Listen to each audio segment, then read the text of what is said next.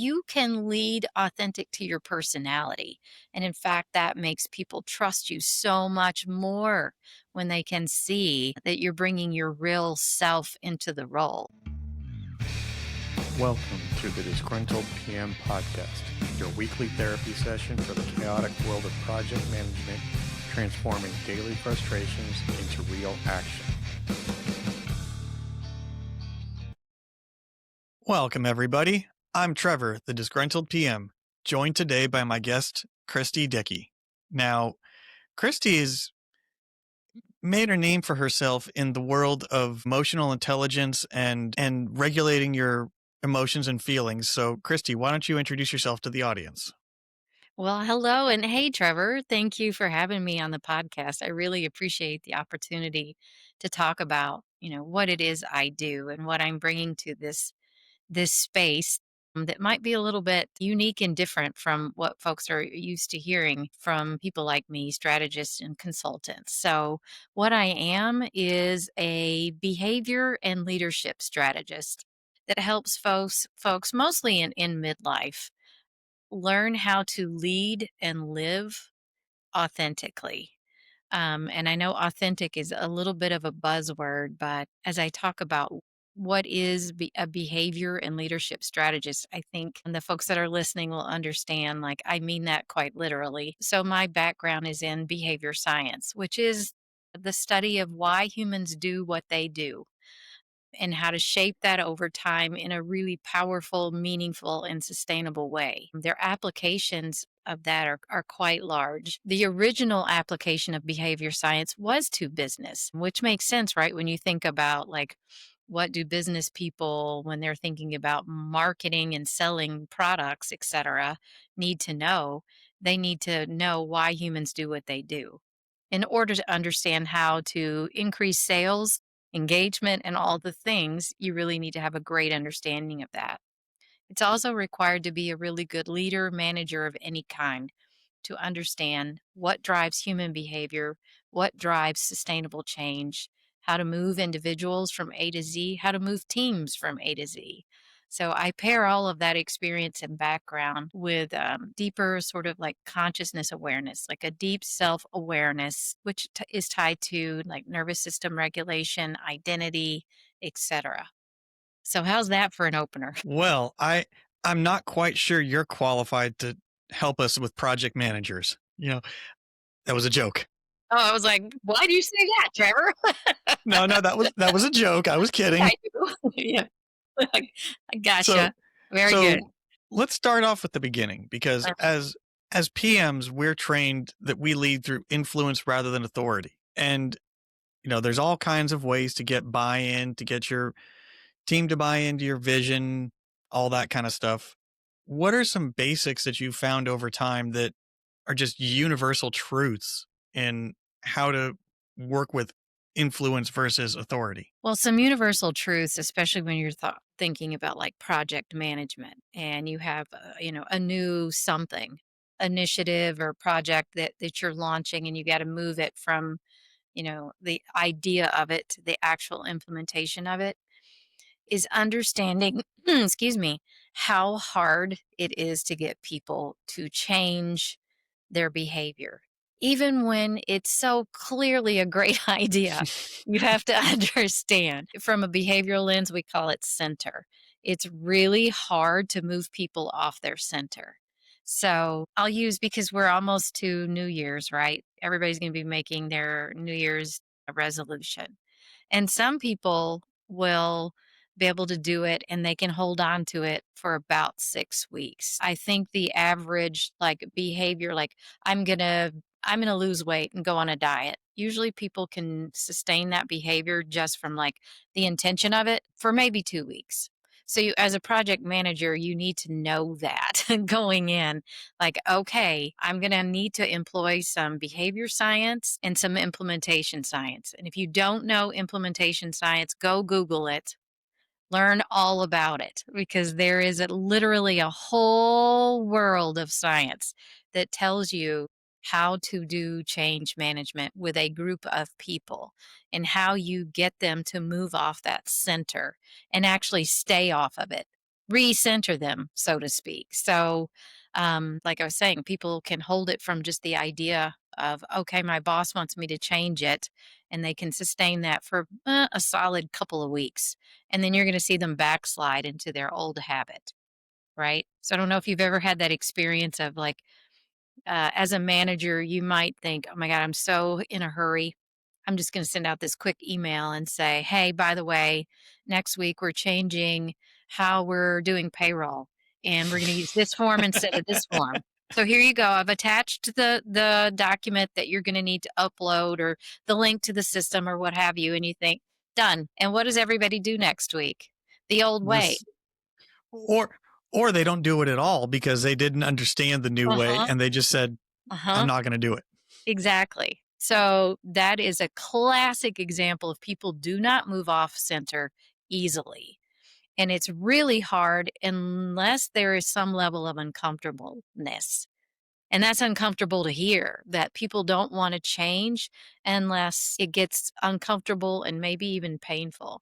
So the concept of changing my behavior is going to be more rewarding and less painful than sticking to what I've always done. If sticking to what they've always done is less painful and in their mind more rewarding, they're going to stay right there.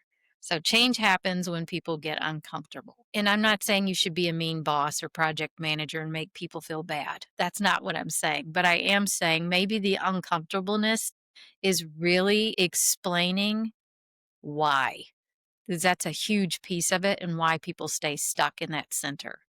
Like, okay, you just told me we're changing payroll, but you didn't tell me why. I'm going to need a little more information. So if they understand there was a real good reason why we did this and it's this, and if you don't do this, you don't get paid.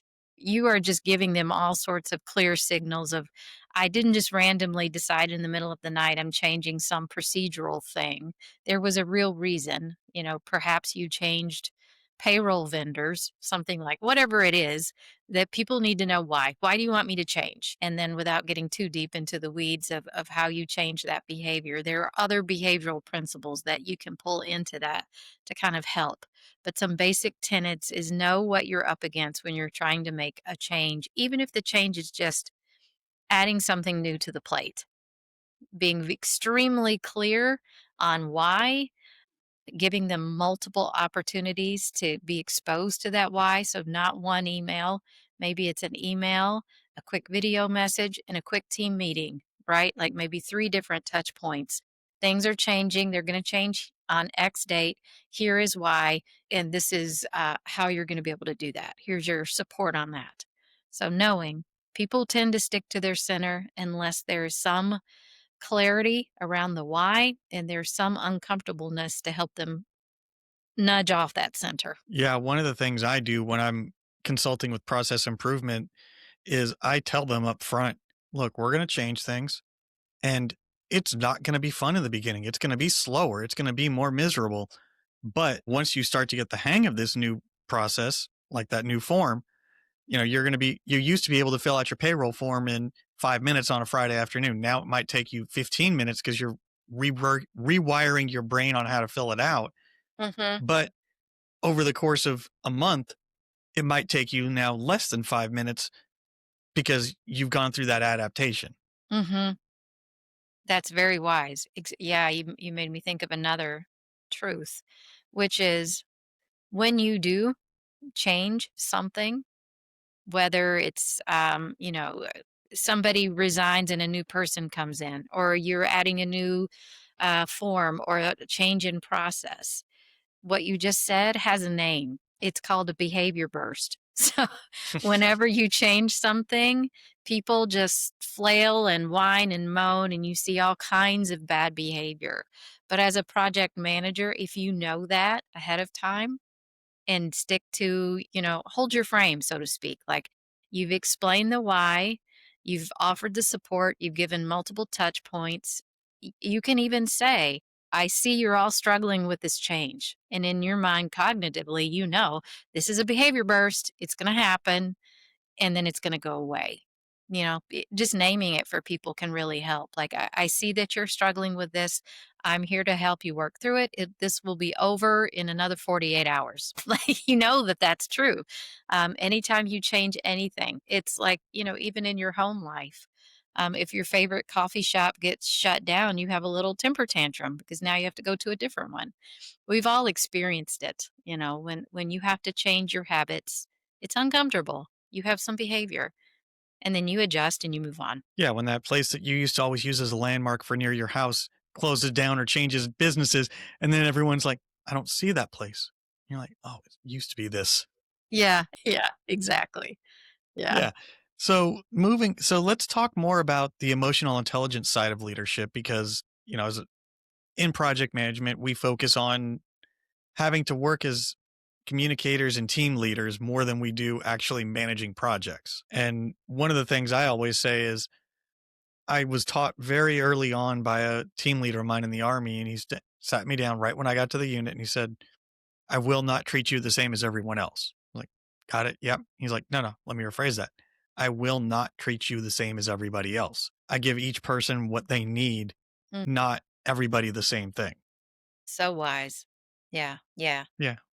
yeah. And I've kind of taken that with me throughout my career because when we talk about projects, you're dealing with so many different personalities, not just team members or subject matter experts, but you're talking about executives and managers and directors and everywhere in between. Mhm. So Yeah, what are some ways to work with those people and understand the dynamics of them? sure. You reminded me of something that I've said to audiences before, which is, giving everybody the same thing is actually not fair. And let me give you a real life example.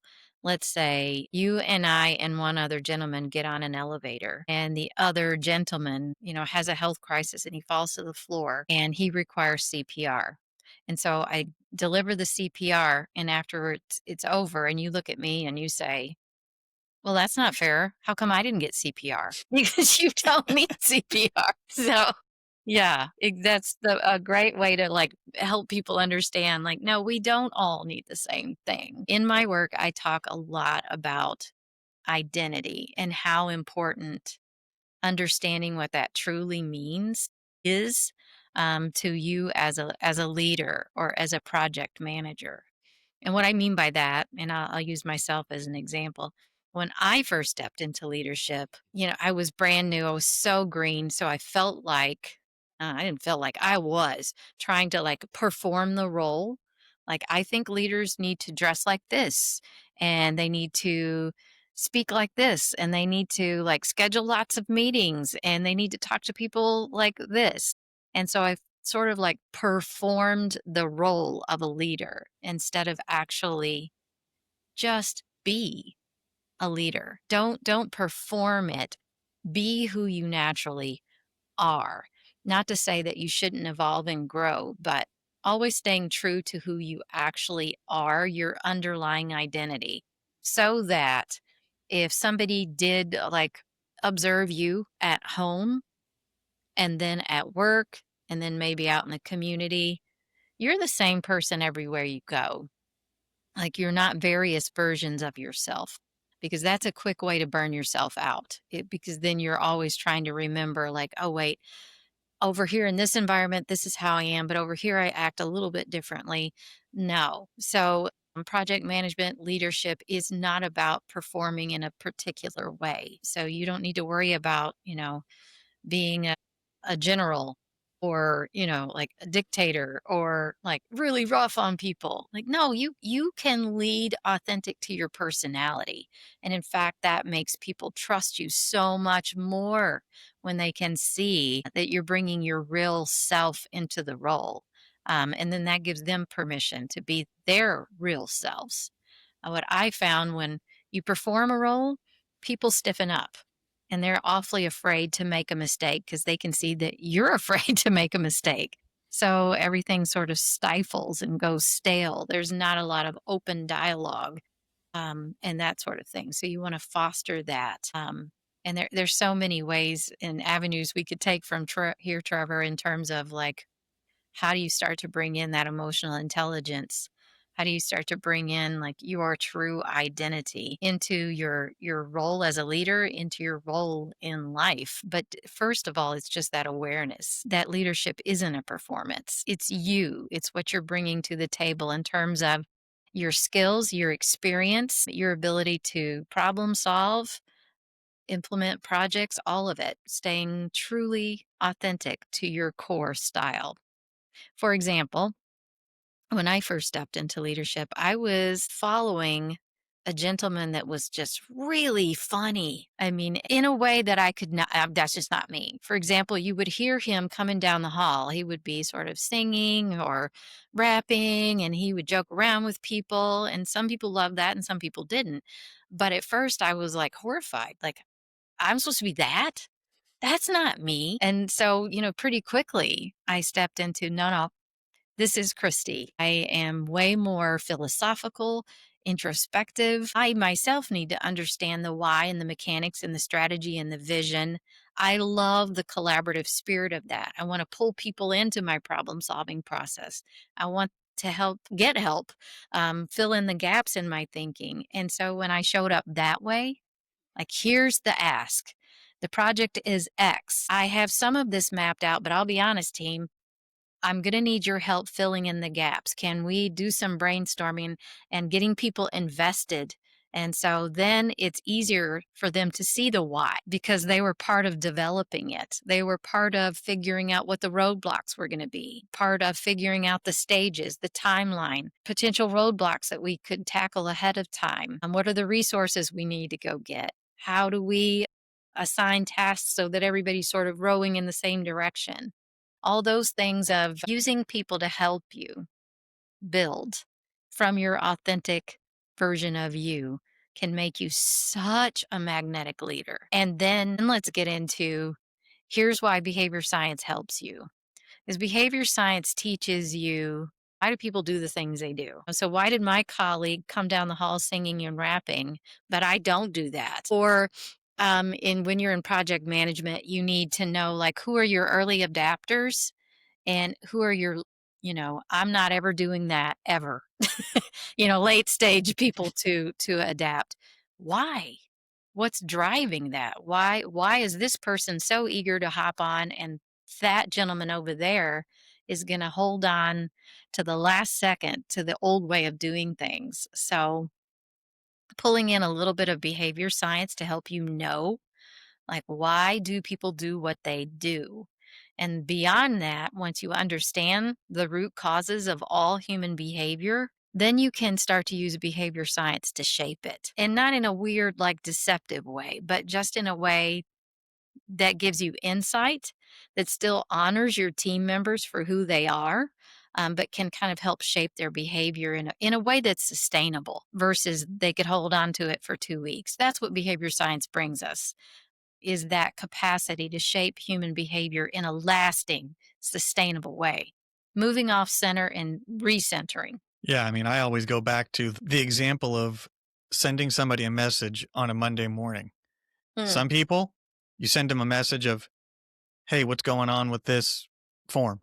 They get offended because you didn't ask them how was their weekend, how was their family, have 5 minutes of small talk on a Monday morning before you actually get to your ask. And then mhm. there's other people where you ask them how was their weekend, they're like, "Why does it matter? What do you need?" Yeah. Yeah. Yeah. Yeah. So you're starting to figure out those things. So I'll give like a thumbnail sketch of like what are the four root causes of human behavior. And then you can almost apply, not almost, you can apply those to very specific interactions. Like why did Trevor say that to me?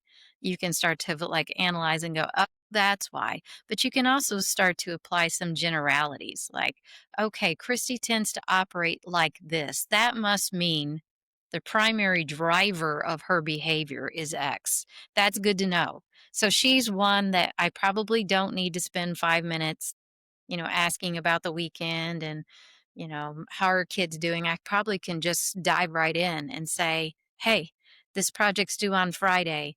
Can we talk about this? I'm going to do XYZ. I need you to do ABC. Can you get that done by Wednesday? Just like you said, we all Yep. operate differently. What drives my behavior won't be the same thing that drives your behavior.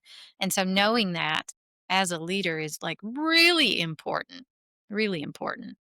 So, in a nutshell, what drives all human behavior, whether it's what coffee shop you go to, how you show up in a work meeting, it doesn't matter. It's all driven by one of four things. The first one's easy, it's attention. We do things because we need attention. And it's not a bad thing, when you hear the term, oh, that's just attention seeking behavior. And it's said almost like with disdain.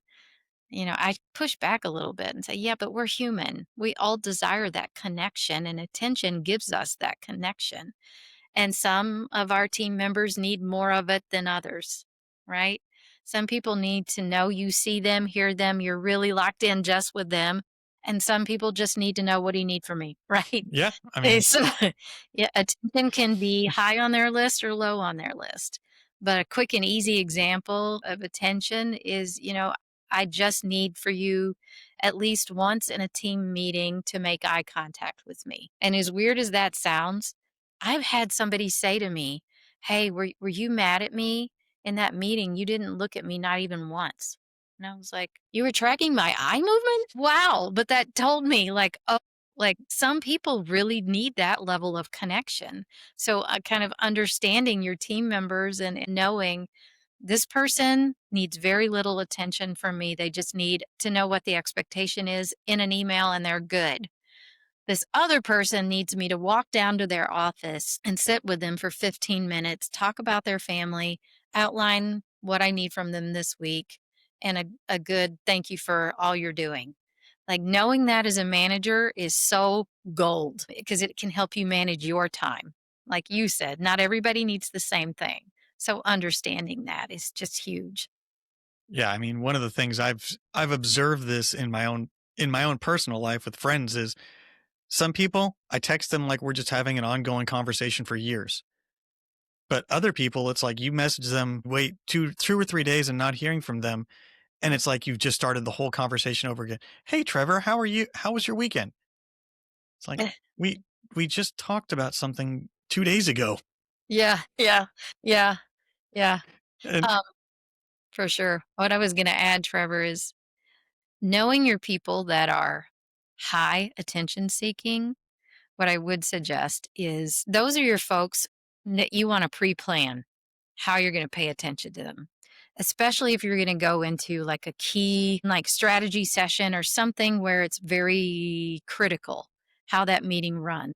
It's critical that everybody on that team, and if there's any outside stakeholders involved, that they are observing a well functioning team.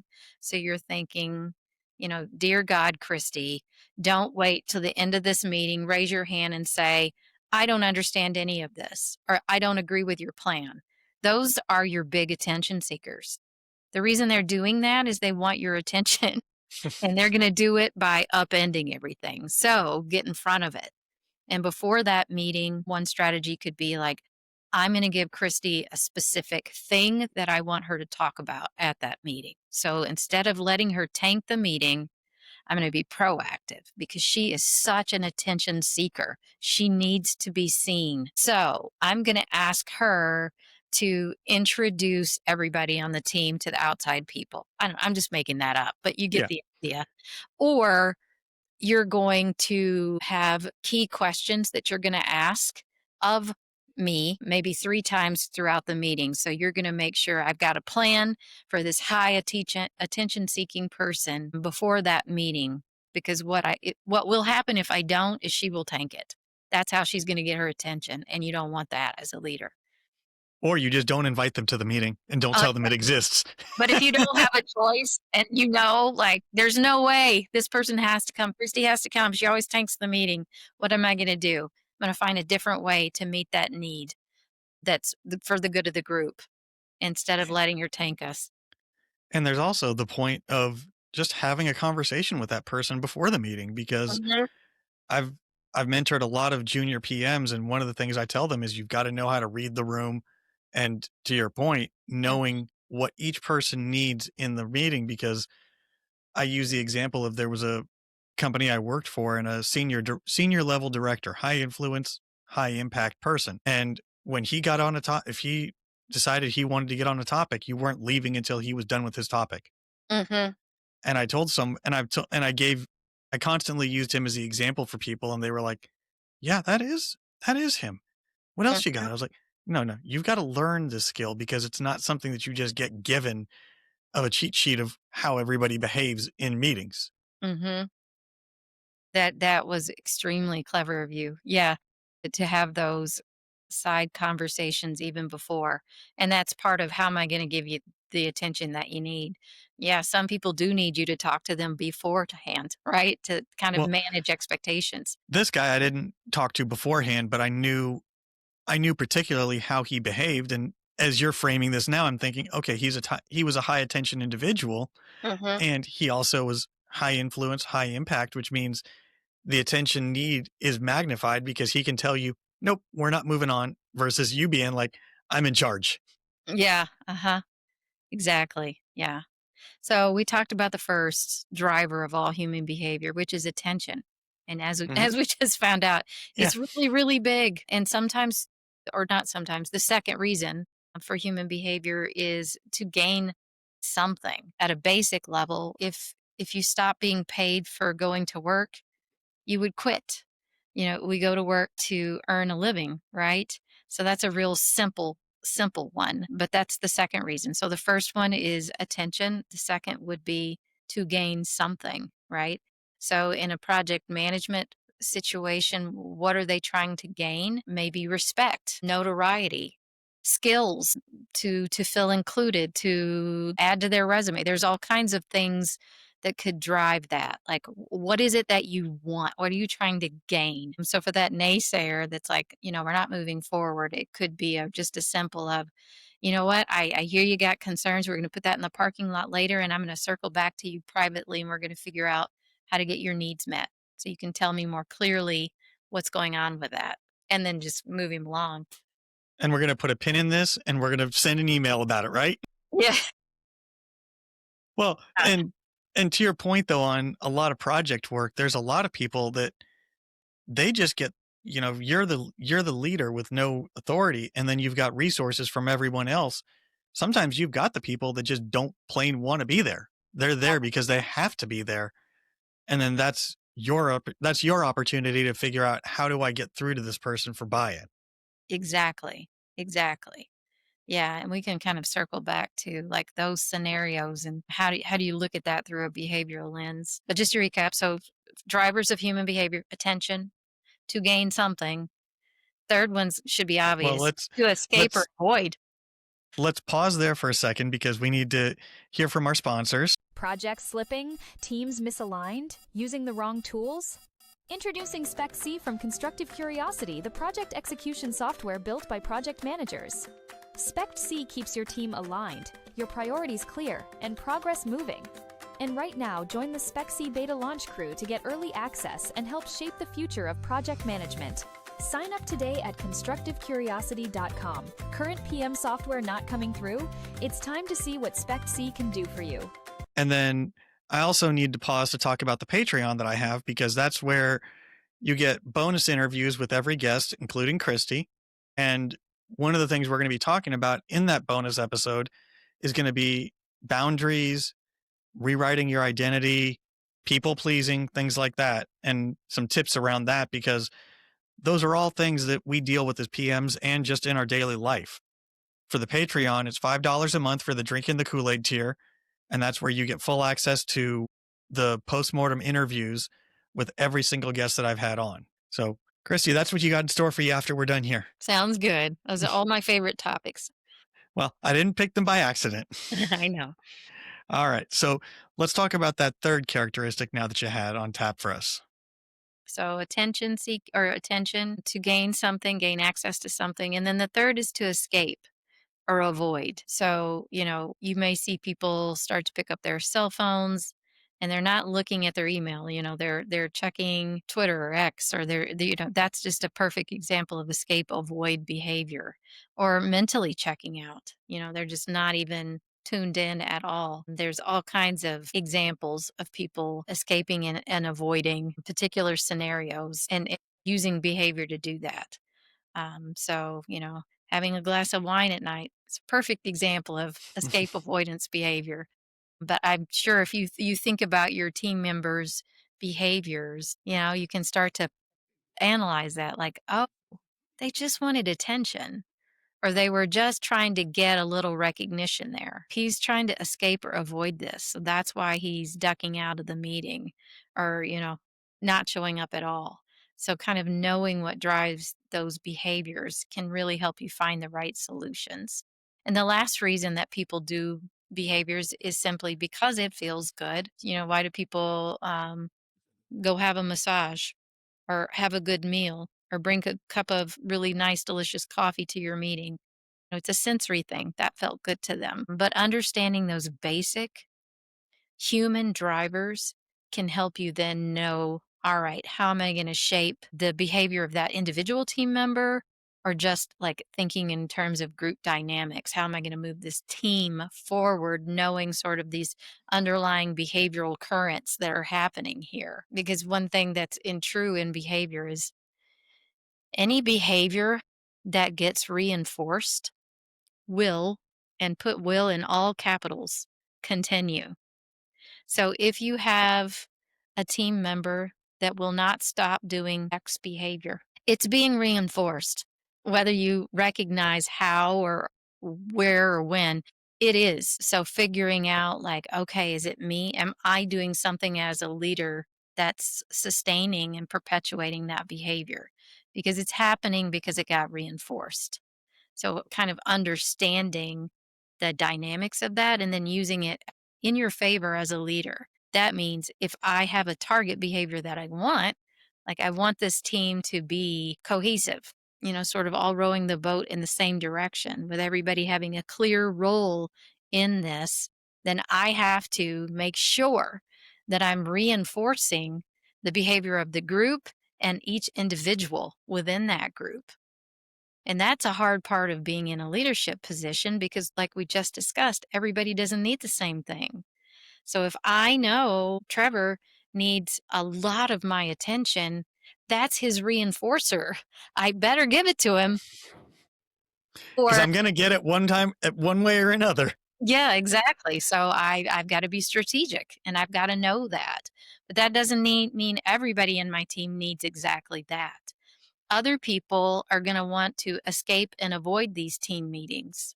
How can I reinforce the level of engagement that I actually do need? Right? So I may not need, I'm going to make up a team member. Susan she really does her best work when I let her work more on her own. And that's when I get a ton of creativity out of her. But because I have to manage the team expectations and we have a team meeting, I need her to come to that Friday morning team meeting.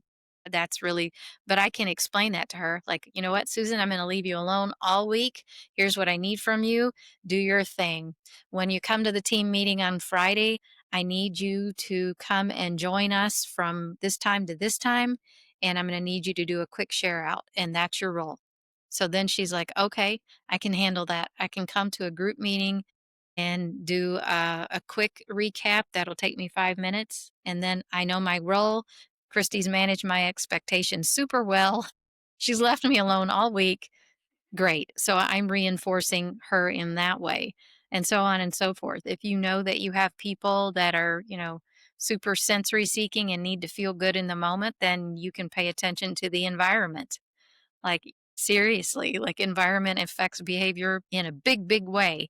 So if we're meeting together in person, I'm going to make sure that I have the right coffee, that the lighting is right.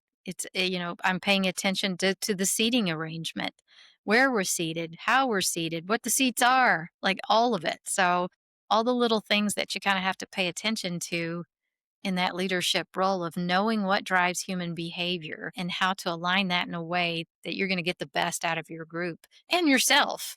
Knowing it about yourself too is hugely important. Yeah, going back to that story you told about the team member that brought it to your attention, you didn't make eye contact with them during the meeting. Do you know what the thing that I caught the most out of that was? What's that? They were paying attention that closely that they noticed you didn't make eye contact. Whereas I'm sitting in so many meetings and I'm lucky if people acknowledge what room they're even in half the time because they're going from room to room to room rather than actually paying attention to what's being said in the meeting. Yeah, that just highlights. Is it a part of the busyness culture, you think, that, bunches of meetings and I just move from one meeting to the next, but it's all about the appearance of, Well, I busyness? I'm so productive, but really underneath. Well, now we're getting into the argument of are you busy, are you productive? But Mhm. that's a whole nother discussion. One of the things I saw that kind of opened my eyes to something was somebody had written on LinkedIn about this, about what was it? They were talking about how people hold on to things in the past. Like I got an email saying Mhm. my, del- I got an email saying that my shipment's going to be late for my IT equipment. And Mhm. then you go into the meeting about something else and you're thinking about that, how to mitigate that that late IT delivery during the meeting, and then you're missing everything that's going on in the meeting because you're thinking about what happened in an email that you got 5 minutes before you walked in the door. And then your cascading effect of you're not present because you're always focused on something else that you can't control at the moment. Yeah. Oh gosh. You just sparked so many different there's so many threads there we could pull on. I think the first I would think about if you're the person that's calling the meetings, getting really good at being more of the framework of a tactician versus facilitating meetings, because I do think it's easy, whether you're a leader or a team member, to fall into that trap of busyness. You're Hmm. attending the meetings, look at you, and it's almost honored that you Yep. got your laptop open, that you're doing multiple things at once. It's almost like this badge of honor. Well, But it's the burnout badge. yeah, but the It's truth of it is cognitively you can't. I mean, it's been proven over and over again. If somebody says, "Oh, I'm a great multitasker," No, they're not. no, they're not. Cognitive science has shown that you may be under that impression, but the reality is just the opposite, that your actual productivity has declined across whatever multitask Mhm. you're trying to do at any one time.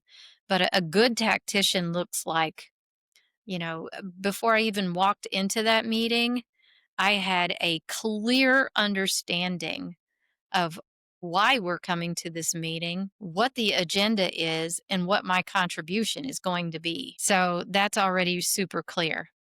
So a good leader is thinking about those things, even for standing meetings.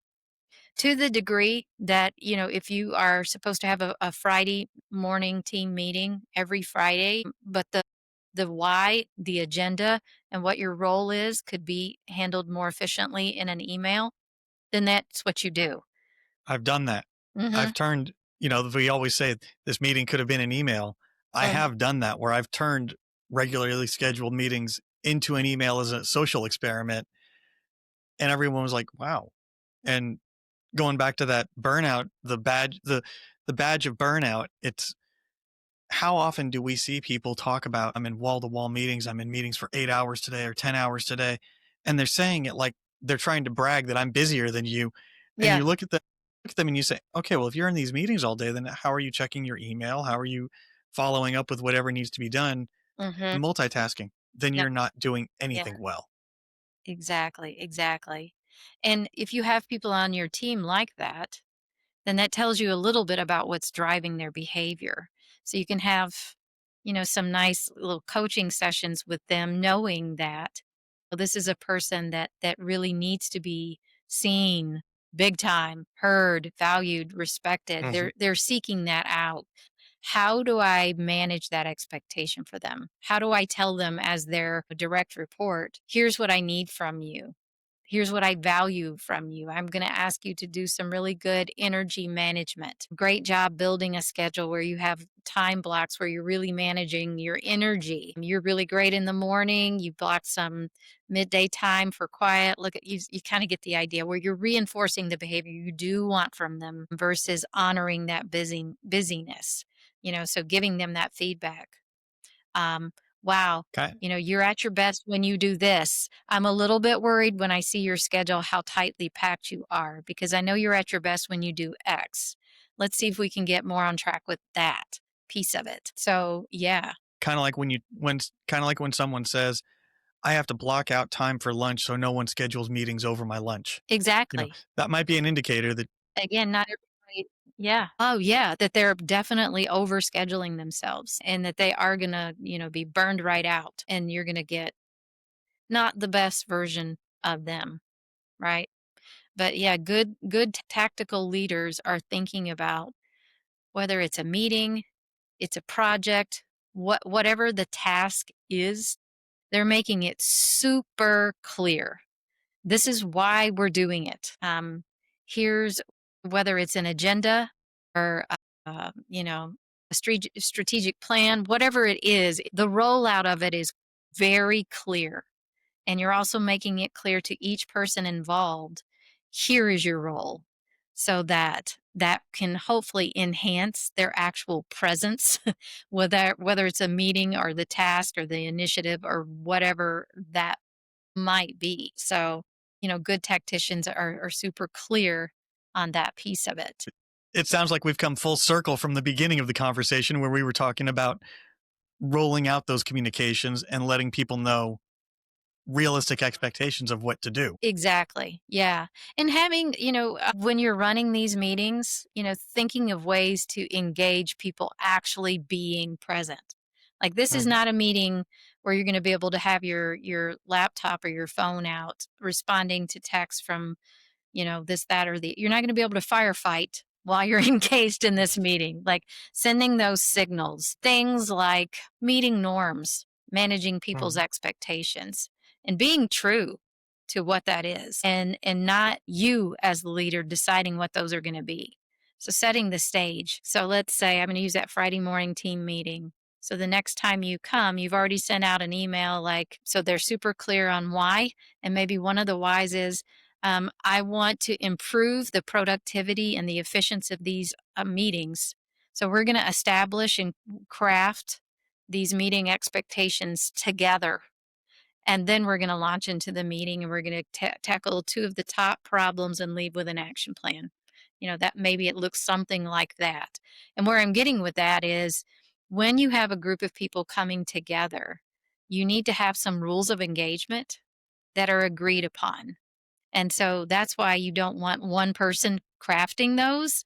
You want that group of people, whether it's just a project team and they're only going to be working on this project, or their colleagues, work colleagues that are, it's this is going to go on for years, perhaps. Establish what those things are. So whether it's as simple as, you know, we're going to arrive on time. If for some reason you can't arrive on time, we're not going to recap for you. It's going to be your responsibility to catch up with your colleagues and find out what you missed, because that can really tank morale when Mhm. people come in late and they're like, oh, hey, Christy, sorry you got held up in traffic. Here's what we talked about. People are like, Yeah. you know, Yeah, there's yeah. I've written about the whole let's give a few minutes for the latecomers and how that just that's no good. Yeah, yeah, it's better to just establish that from the Yep. get-go of, let's set the intention, we are gonna arrive on time. Sometimes best laid intentions, you can't help it, something happens. But just know, if that happens to you, we're not gonna back up and start over, Mhm. but we do expect that you're gonna find out, what it was you missed. Things like agreeing ahead of time how you're gonna solve problems can be super helpful, so as to, you don't want to shut anybody down, right? Like, if I say, hey, I have a great idea, but let's say, Trevor, you really hate my idea. You know what I mean? I'll tell you. Yeah, but agree ahead of time that that's how it's going to happen. Yeah.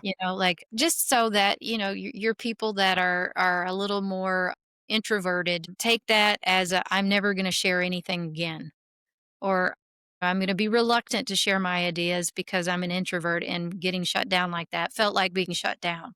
But if you manage my expectation and you say, here's how we're going to solve problems, there are going to be times that, we have varying opinions.